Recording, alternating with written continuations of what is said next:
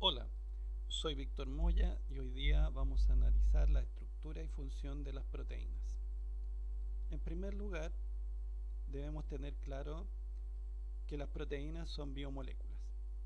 Ahora, las biomoléculas son aquellas moléculas presentes en los seres vivos y se clasifican en moléculas inorgánicas y moléculas orgánicas.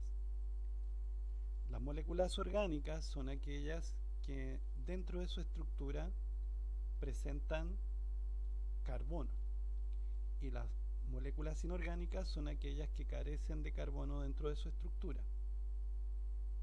Dentro de las moléculas inorgánicas encontramos el agua y las sales minerales. El agua, como ustedes saben, es el principal componente de la célula y de todos los organismos vivos. Las sales minerales, aquí tenemos el ejemplo del cloruro de sodio, NaCl. Por otra parte, dentro de lo que son las moléculas orgánicas vamos a encontrar los siguientes tipos: hidratos de carbono, lípidos, proteínas y ácidos nucleicos. El día de hoy nos vamos a concentrar en lo que son las proteínas, que entonces serían moléculas orgánicas del tipo biomolécula.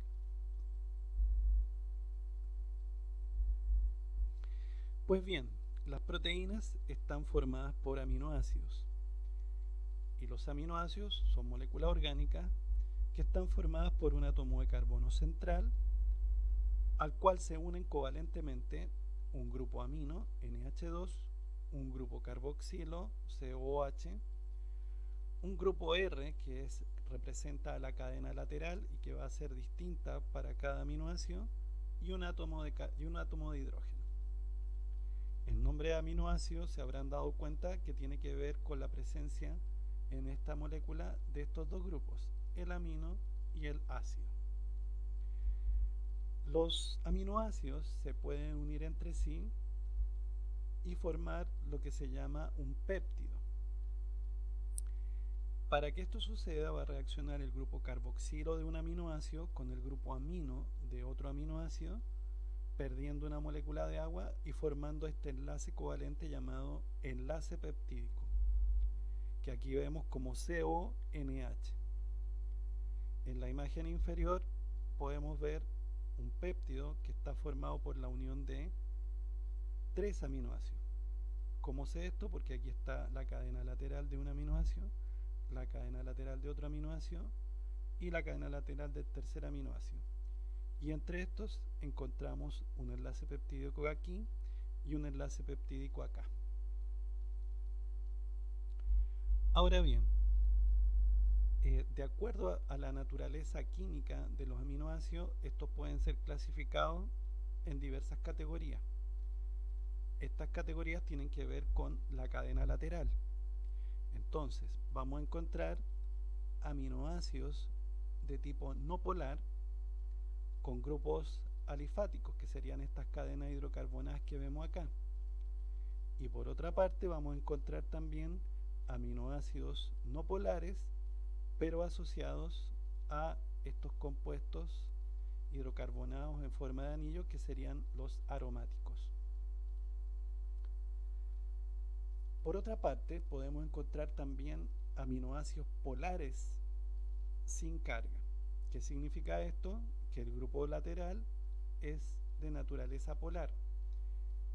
Polar significa que en este caso es sin carga. Entonces, significa que tiene carga superficial distribuida dentro de la cadena lateral, pero la sumatoria de estas cargas es cero.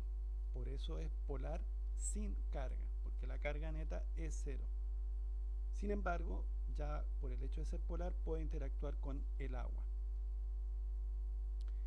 a diferencia de los anteriores, que los no polares no pueden interactuar con el agua y por lo tanto son hidrofóbicos. Por otro lado, si los grupos o las cadenas laterales tienen grupos amino y están cargados estos positivamente, vamos a hablar de aminoácidos cargados positivamente, o aminoácidos cargados negativamente si dentro de la cadena lateral hay un grupo carboxilo. Entonces, en síntesis, un aminoácido es no polar cuando su grupo lateral es un protón, un alquilo o un aromático. Entonces, aquí tenemos un ejemplo donde puede ser un protón, ¿no es cierto? Puede ser un alquilo, como se ve acá, o puede ser un aromático, como se ve acá.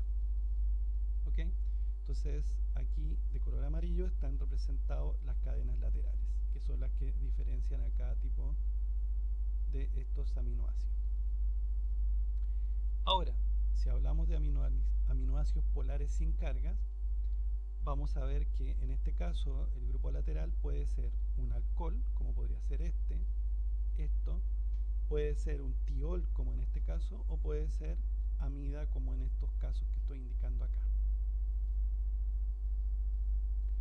Ahora bien, también como hemos señalado, los aminoácidos pueden ser ácidos cuando dentro de la cadena lateral hay un grupo carboxilo, o bien pueden ser básicos cuando dentro del grupo R hay una amina. Aquí esto está representado de color verde, y en el caso del grupo carboxilo, en este otro caso, está representado de color rojo. Ahora, lo mismo que ya hemos explicado está resumido en esta tabla, en donde podemos ver clasificado aquí de color naranja a todos los aminoácidos de tipo apolar, de color verde a todos los aminoácidos polares sin carga, y finalmente acá abajo de este color fucsia los aminoácidos ácidos, y de este color turquesa a los aminoácidos de tipo básico. Otro criterio de clasificación es en base a si se sintetizan o no en el organismo. Entonces aquí encontraríamos aminoácidos no esenciales y aminoácidos esenciales. Los aminoácidos no esenciales serían aquellos que son sintetizados en el organismo. En cambio, los aminoácidos esenciales serían aquellos que no son sintetizados en el organismo o su tasa de síntesis es muy baja y por lo tanto deben ser incorporados a través de la dieta. De ahí el nombre de aminoácido esencial. Por otra parte, cuando hablamos de proteínas, ¿no es cierto?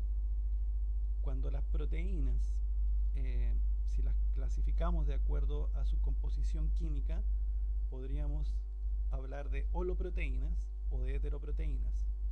Vamos a hablar de holoproteínas cuando la proteína solamente está formada por aminoácidos unidos a través de enlace peptídico. Y vamos a hablar de heteroproteínas cuando, aparte de aminoácidos unidos por enlace peptídico, vamos a encontrar que están unidos a otro tipo de biomoléculas, que pueden ser hidrato de carbono, lípidos, o que pueden ser algún compuesto, algún elemento metálico. Dentro de las holoproteínas vamos a encontrar algunas proteínas globulares o proteínas filamentosas. Las proteínas globulares generalmente tienen o adoptan una disposición redondeada en el espacio y son solubles en agua. Ejemplos de esta vamos a encontrar la albúmina, que es la principal proteína del plasma, las histonas, que son proteínas que se asocian al ADN para constituir la cromatina, y por otro lado tenemos las proteínas filamentosas, que son proteínas alargadas, de ahí el nombre de filamentosa, como filamento. Y ejemplos de estas vamos a encontrar el colágeno, muy abundante en el tejido conectivo, la miosina presente en las células musculares. Ahora bien, si vamos a ejemplos de heteroproteínas, podemos encontrar glico o glucoproteínas, es lo mismo, que es cuando la proteína está asociada a cadenas de oligosacarios, es decir, de hidrato de carbono. En este ejemplo de estas glicoproteínas vamos a tener las inmunoglobulinas, que son anticuerpos, los transportadores en la membrana, muchos son glicoproteínas, la gran mayoría. Por otra parte, ejemplos de metaloproteínas o cromoproteínas, vamos a encontrar la hemoglobina.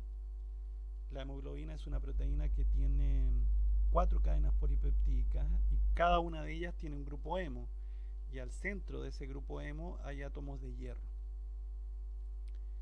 Esta proteína, hemoglobina, tiene que ver con el transporte de oxígeno. Por otro lado tenemos las lipoproteínas, que como su nombre lo indica, aquí todas estas cadenas de aminoácidos están asociadas además a lípidos.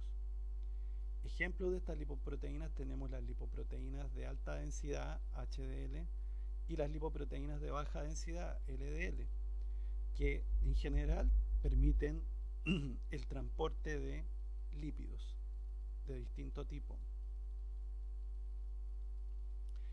Por otra parte, podemos también clasificar ahora las cadenas polipeptídicas, es decir, largas cadenas constituidas por muchos aminoácidos, de acuerdo al número de aminoácidos que la forman. Entonces vamos a hablar de oligopéptidos si las cadenas son pequeñas. Oligo significa pequeño. Eso implica 2 a 10 aminoácidos. Dentro de los posibles ejemplos que podemos mencionar acá, vale la pena destacar a estos últimos dos, que serían las encefalinas y las endorfinas, que funcionan como neurotransmisores muy importantes en el sistema nervioso. Por otro lado, tenemos los polipéptidos, que es cuando la cadena polipeptídica está formada por entre 10 y 100 aminoácidos. Un ejemplo que a ustedes les debe sonar es el gluten. Por otra parte, vamos a hablar de las proteínas, que es nuestro tema central. Y las proteínas, como ustedes ven, son cadenas muy largas que están constituidas por más de 100 aminoácidos. Y aquí vamos a mencionar como ejemplo la insulina y la hormona del crecimiento, ambas señales importantes que viajan a través del torrente sanguíneo.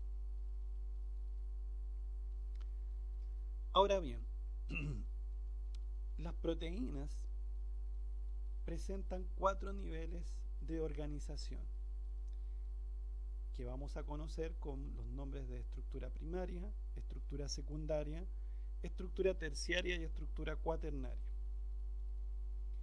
En general, la estructura primaria nos muestra el tipo de aminoácidos y cómo estos están unidos y se ordenan entre sí a través del enlace peptídico.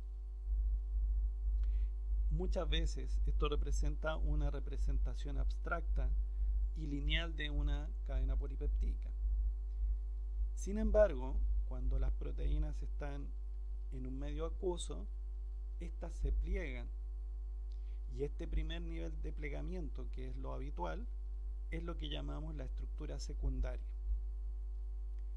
Posteriormente, esta estructura secundaria se puede volver a plegar, un nuevo nivel de plegamiento, y ese nuevo nivel de plegamiento determina lo que llamamos la estructura terciaria.